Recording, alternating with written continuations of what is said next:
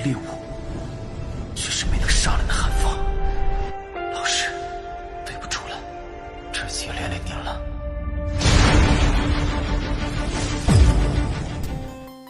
Hey, what's up guys? Selamat datang di Animasi Donghua Spoiler. Oke, bagi teman-teman yang baru join atau baru bergabung, jangan lupa klik tombol like-nya dan tombol subscribe-nya ya. Jangan lupa.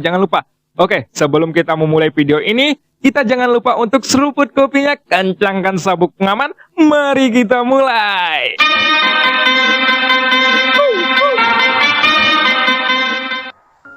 Pada episode sebelumnya diceritakan Xiaoyan bertarung melawan Taisu 1, sedangkan Taisu 2 bertarung melawan Avatar Yuan Shen. Akan tetapi, tak lama kemudian setelah bertarung beberapa saat, Xiaoyan mengeluarkan Avatar Yonghe untuk melawan Taisu 1. Sampai pada akhirnya, Xiaoyan bersembunyi di balik cangkang kura-kura. Dan scene pun berganti. Dewa pertempuran ranah leluhur. Aku harus menerobos ke ranah legendaris itu. Sekarang sudah tidak ada waktu lagi.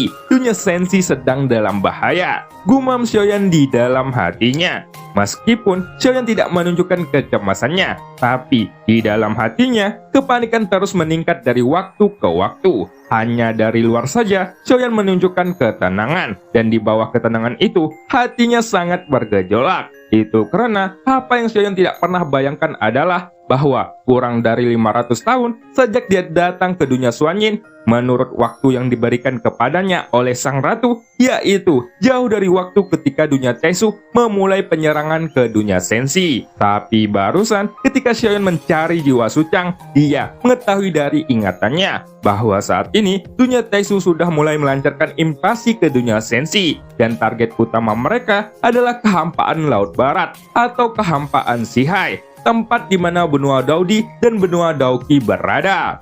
Begitu dunia Taisu menyerbu kehampaan Laut Barat dengan kekuatan tempur yang dimiliki benua Daoqi dan benua Daodi, mereka tidak mungkin untuk menghentikan dunia Taisu sama sekali.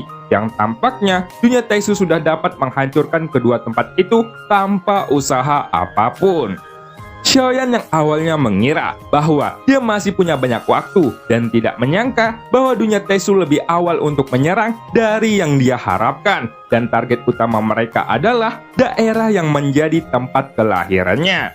Justru karena berita inilah kepanikan batin Xiaoyan membuat tidak yakin apa yang harus dilakukan untuk sementara waktu. Tetapi saat ini Xiaoyan sudah mendekati ranah keabadian. Bahkan setelah mendengar berita ini, meskipun hatinya sangat cemas dengan keadaan teman-temannya, ia masih bisa menekan emosinya agar dia bisa fokus ke dalam kultivasinya. Hanya saja Xiaoyan hanya tahu tentang ketenangan seperti ini, meskipun dia terus mengatakan dirinya untuk tenang di dalam hatinya. Sebenarnya Xiaoyan sudah tidak tenang di dalam tindakannya. Tidak ada cara untuk menghadapi situasi seperti ini dengan ketenangan. Perasaan mendesak itu membuat hati Xiaoyan menjadi tegang. Jiwa dan tubuhnya secara tidak sadar memasuki perasaan itu. Dan mungkin karena inilah Xiaoyan memasuki kondisi kultivasi yang ulang. 46 miliar sumber energi, 47 miliar sumber energi. Pada saat ini, sumber energi Xiaoyan terus meningkat dari waktu ke waktu. Api abadi masih menyelubungi sosok di dalam kantung darah, dan dia mengalirkan energi dewa ke dalam tubuh Xiaoyan secara terus-menerus. Dengan energi dewa yang terus mengalir ini, sumber energi di lautan bintang Xiaoyan mulai meroket lagi. Tetapi peningkatan ini tidak membuat Xiaoyan bahagia, karena wajahnya tidak menunjukkan kepuasan sama sekali. Energi dewa itu sebenarnya tampak seperti tidak ada habisnya, dan lautan bintang di dantian Xiaoyan seperti jurang maut, di mana itu melahap semua energi dewa dengan gila-gilaan dan juga sangat rakus. Tapi di sisi lain, hal ini membuat Xiaoyan merasa semakin tidak nyaman. Jiwanya mengembara di antara puluhan miliar sumber energinya, dan dia ingin memikirkan tentang apa yang dimaksud dengan dewa pertempuran di ranah leluhur. Akan tetapi, semakin Xiaoyan memikirkan tentang ranah legendaris ini, dia menemukan bahwa dia bahkan tidak bisa mengetahui apapun yang dikatakan sang ratu kepadanya tentang dewa pertempuran ranah leluhur. Jadi, Xiaoyan tidak tahu bagaimana cara menerobos maupun bagaimana menemukan ranah itu. Pada saat ini, ketika sumber energi dewa yang melimpah itu terus mengalir ke dalam tubuh Xiaoyan, Xiaoyan hanya bisa menonton tanpa daya dan tidak bisa melakukan apa-apa. Hal inilah yang membuat Xiaoyan tidak bahagia. Belum lagi, waktu yang dia miliki kini tidak lama lagi. Ini bukan pilihan bagus untuk tetap seperti ini. Apa gunanya memiliki lebih banyak energi dewa jika aku tidak mencapai ranah leluhur sama sekali? Gumam Xiaoyan yang terlihat kesal. Xiaoyan sangat kesal dengan keadaannya kali ini. Bahkan, dia dengan paksa memblokir sumber energi dewa itu untuk memasuki tubuhnya dan mencegah lebih banyak energi dewa yang mengalir ke dalam dantiannya. Tapi, setelah Xiaoyan berjuang sedikit untuk menghentikan aliran energi dewa itu, dia menemukan bahwa tidak mungkin untuk menghentikannya. Energi yang mengalir bagaikan ombak yang sangat deras.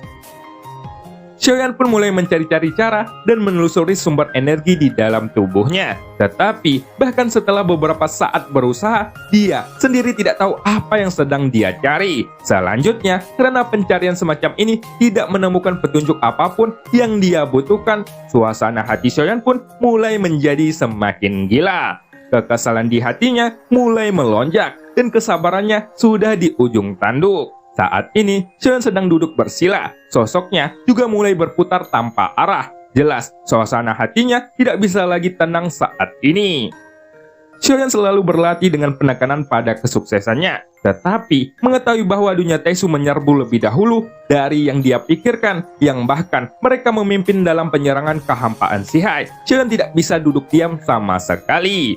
Di sisi lain, ketika Xiaoyan sedang berkultivasi untuk meningkatkan kekuatannya sendiri, kedua tubuh avatarnya sudah mengalami banyak kerusakan. Untuk avatar Yuan Shen, dia mengalami serangan gencar dari Taisu 2. Tapi, dalam hal ini, Taisu 2 masih gagal untuk melukai tubuh abadinya secara serius. Sementara itu, apa yang dilawan avatar Yonghe adalah sosok Suchang, yang mana dia lebih kuat daripada Taisu 2 yang sedang dihadapi oleh avatar Yuan Shen. Selain itu, Suchang juga menggunakan domain kegelapan pada avatar Yonghe, sehingga avatar Yonghe tidak bisa bergerak dengan leluasa. Akan tetapi, domain kegelapan itu tidak dapat sepenuhnya membatasi maupun menekan avatar Yonghe. Hanya saja, avatar Yonghe hampir tidak bisa melawan untuk mengatasi serangan dari Suchang. Situasi kedua avatar tersebut tidak terlalu bagus saat ini. Tetapi, setidaknya mereka bisa memberi waktu pada Xiaoyan untuk menyelesaikan kultivasinya tanpa ada gangguan. Di sisi lain, Suchang juga sepertinya telah menyadari sesuatu. Lagi pula, avatar Yonghe adalah kultivator keabadian di langkah ke-6, sehingga masih agak sulit baginya untuk membunuh sosok itu. Ketika menyadari ada kejanggalan dalam pertarungannya, Suchang pun segera melihat ke arah Xiaoyan yang sedang berkultivasi di dalam cangkang kura-kura di sampingnya. Kemudian dia pun berkata, apakah kamu berencana untuk mengulur waktu supaya dia bisa meningkatkan kekuatan? Ucap Suchang sambil melirik avatar Yonghe yang kemudian dia pun tertawa. Jangan bercanda, kalian semua sudah terjebak di sini. Di mataku, kalian hanyalah kura-kura yang terjebak di dalam tong. Jadi, tanpa persetujuanku, tidak ada yang bisa masuk dan tidak ada yang bisa kembali. Ucap Suchang kembali. Suchang memandang avatar Yonghe dan berkata dengan dingin. Tapi wajah avatar Yonghe masih tegas dan ketika menghadapi bacotan dari Suchang, dia tidak mengatakan sepatah kata apapun. Melihat avatar Yonghe yang tidak merespon omongannya, Suchang pun mengerutkan keningnya dan karena kesal, dia pun segera bergerak menuju cangkang kura-kura yang sangat ganas, tempat di mana tubuh Dewa Xiaoyan berada. Xiaoyan yang duduk di dalam cangkang kura-kura tampaknya menyadari pergerakan Suchang yang akan menyerang tubuh aslinya. Jadi, dia pun segera bereaksi dan menghentikan kultivasinya. Kemudian, ketika Suchang bergerak ke arahnya dengan kecepatan tinggi, Xiaoyan pun tiba-tiba membuka matanya, di mana pupil matanya sudah berubah menjadi merah dan dia berpura-pura untuk tenang. Dalam situasi ini, Chen juga menyadari bahwa dia tidak bisa dengan tenang meningkatkan kekuatannya saat ini karena lawan yang sedang dihadapinya bukanlah lawan yang bisa diremehkan oleh kekuatannya. Sementara Xiaoyan akan menghadapi serangan dari Su Chang, di tempat lain, Taisu 2 masih berusaha untuk mengalahkan Avatar Yuan Shen. Akan tetapi, ketika dia menebaskan pedangnya untuk melakukan penyerangan, pedangnya malah menebas kekosongan. Itu karena Avatar Yuan Shen tiba-tiba menghilang dari kehampaan.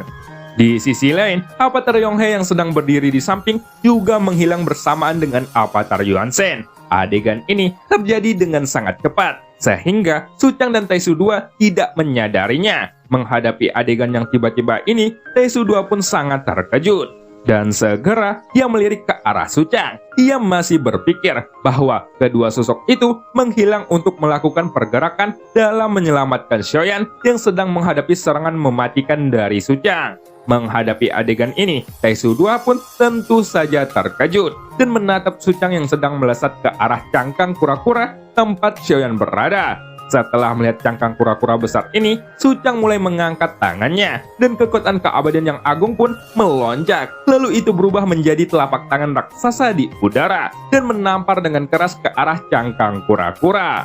Segera, suara ledakan dari tamparan itu pun langsung bergema. Akan tetapi, mata Su Chang sedikit menyipit pada saat dia melihat telapak tangan raksasa yang dia bantingkan. Ketika suara itu menyebar, telapak tangannya ternyata tidak menghantam cangkang kura-kura tempat Xiaoyan berada. Tetapi pada saat telapak tangan raksasa itu jatuh, cangkang kura-kura juga menghilang, digantikan oleh sosok yang melesat dan langsung bertabrakan dengan telapak tangan raksasanya. Itu adalah api yang membumbung tinggi ke langit. Di belakang gelombang api yang membumbung ke langit, berdirilah sosok yang tengah memegang penguasa berat.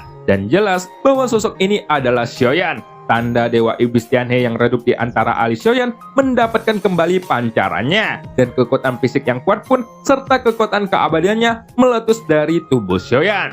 Lalu, pada saat yang sama, cairan hitam di sebagian tubuh Xiaoyan langsung menutupi seluruh tubuhnya, berubah menjadi armor dewa palsu. Dan segera, sebuah nomor pun tiba-tiba muncul di lengan armor dewa palsu milik Xiaoyan. Meskipun Su Chang mengambil armor dewa palsu Taisu 2 dari Xiaoyan, tetapi sekarang Xiaoyan memiliki ribuan set armor dewa palsu, jadi tidak masalah bagi Xiaoyan sekarang. Namun, bagi Su Chang yang melihat adegan ini, ketika dia melihat armor dewa palsu yang muncul kembali di tubuh Xiaoyan, tidak diragukan lagi bahwa itu adalah hinaan terbesar bagi dirinya. "Kamu sungguh mencari kematian," ucap Su Chang dengan pandangannya yang dingin.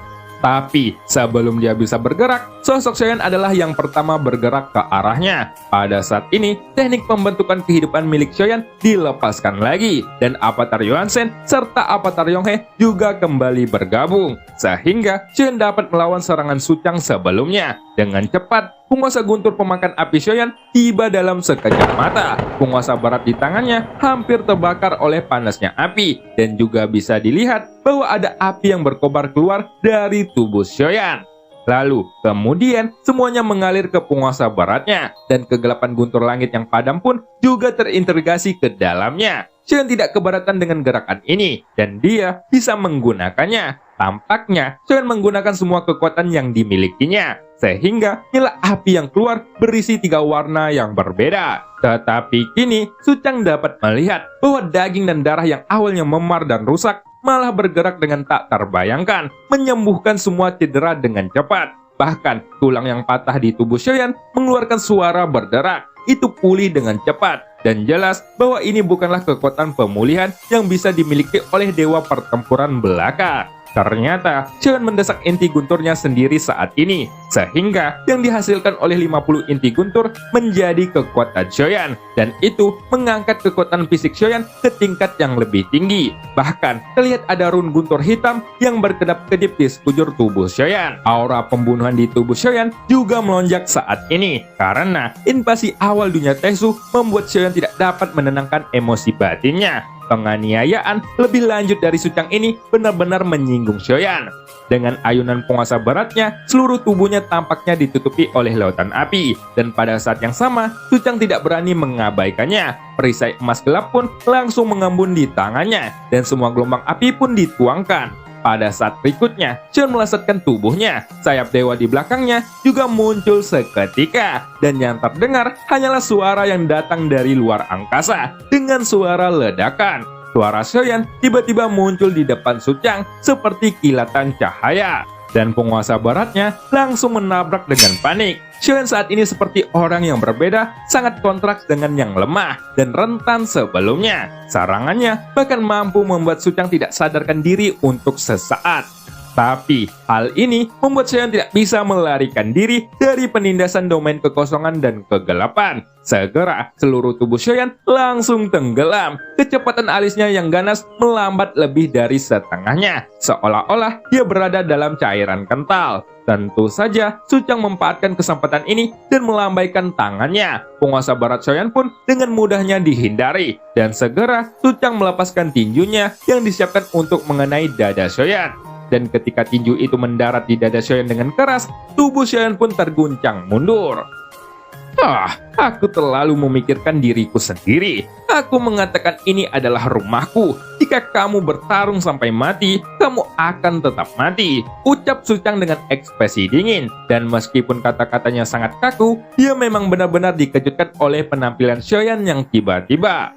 Xion yang terguncang oleh pukulannya mundur sedikit untuk menstabilkan dirinya. Itu karena cara terbaik untuk melawan domain kekosongan dan kegelapan adalah beradaptasi. Kekuatan penindasan yang kuat ini tidak hanya menekan jiwa Xion, tetapi juga menekan tubuhnya sendiri. Namun kali ini, kecepatan detak jantung iblis menjadi lebih cepat dan lebih bertambah cepat. Lalu, keinginan yang kuat langsung mengisi Xion dengan semangat bertarung. Tidak hanya itu, kekuatan guntur yang terkandung dalam 50 run inti guntur juga mengurangi tekanan Xion dan membuatnya kembali bisa melangkah lebih mudah.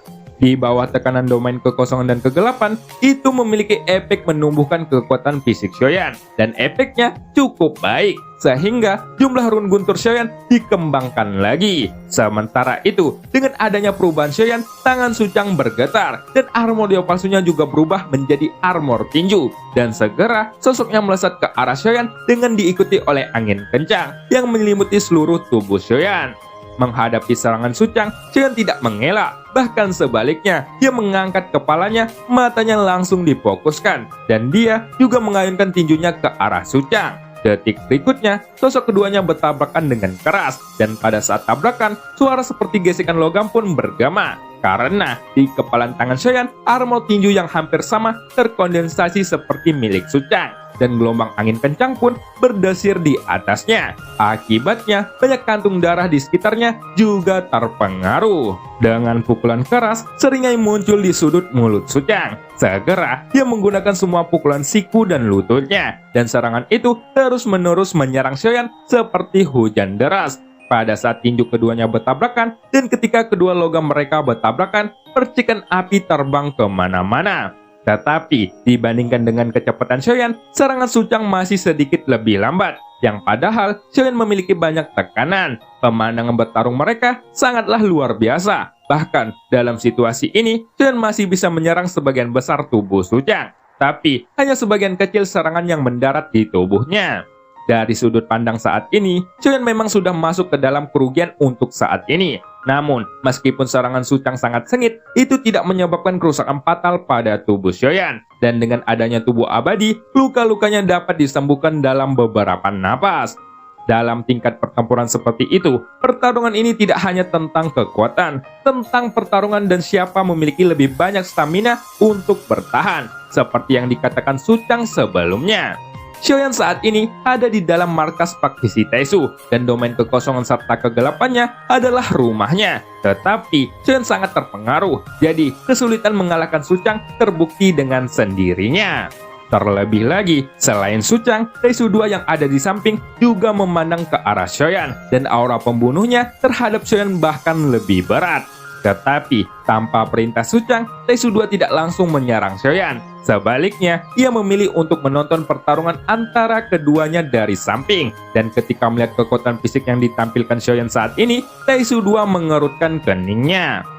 Sialan, kenapa kekuatan fisiknya sangat mirip dengan pria yang baru saja aku lawan? Gumam Taesu 2 di dalam hatinya. Taisu 2 terus memperhatikan pertunjukannya, tapi ia masih tidak memikirkan tubuh avatar milik Shoyan. Lagi pula, kemampuan tubuh avatar untuk menyatu dengan tubuh utama hampir jarang, dan bahkan dalam legenda juga sangat jarang terjadi. Maka dari itu, Taisu 2 merasa bahwa ada hal yang sangat aneh, tapi dia masih tidak bisa mengetahuinya, termasuk Shoyan yang terkadang kuat dan terkadang lemah. Hal ini sangat membingungkan baginya. Namun yang harus ia akui adalah Shoyan memang sangat kuat, bahkan ketika dia dipukul begitu keras. Shoyan sudah mengambil armor dewa palsu dari semua dewa Taisu yang sudah ia hadapi, dan hampir semuanya adalah elit dari dunia Taisu. Tanpa armor dewa palsu, mereka tidak akan bisa dibangkitkan, dan Shoyan sudah mengkonfirmasi tebakannya sebelumnya setelah melihat Taisu 2 sedang melakukan pengukuran. Memang, pada awalnya, Su Chang juga tidak mencoba merebut cincin penyimpanan milik Shoyan, dan sepertinya ia berpikir bahwa Shoyan sudah menjadi kura-kura bercangkang lunak, dan dia tidak pernah menyangka bahwa Shoyan sudah terluka parah olehnya, akan melepaskan serangan balik kepadanya. Su Chang jelas terkejut dengan adegan ini, karena sebelumnya Su Chang tidak menyangka bahwa Shoyan akan menjadi lebih kuat secara tiba-tiba. Tetapi Su Chang yang bereaksi cepat, dia segera menekan Shoyan lagi. Dia tidak kekurangan kekuatan di sini. Bahkan, jika dia kelelahan, dia dapat mengkonsumsi tubuh Shoyan hidup-hidup. Serangan keduanya membuat Taisu 2 yang ada di samping mengerutkan keningnya. Itu karena dibandingkan dengan dia yang hanya bisa menggunakan kekuatan keabadian secara sewenang-wenang ketika menyaksikan pertempuran antara Shoyan dan Su Chang, dia merasa bahwa dirinya sudah tidak ada apa-apanya karena sudah kalah mental. Dan cerita pun berakhir. Sampai jumpa di episode selanjutnya. Berliterasi menggunakan uang koin. Terima kasih yang udah join.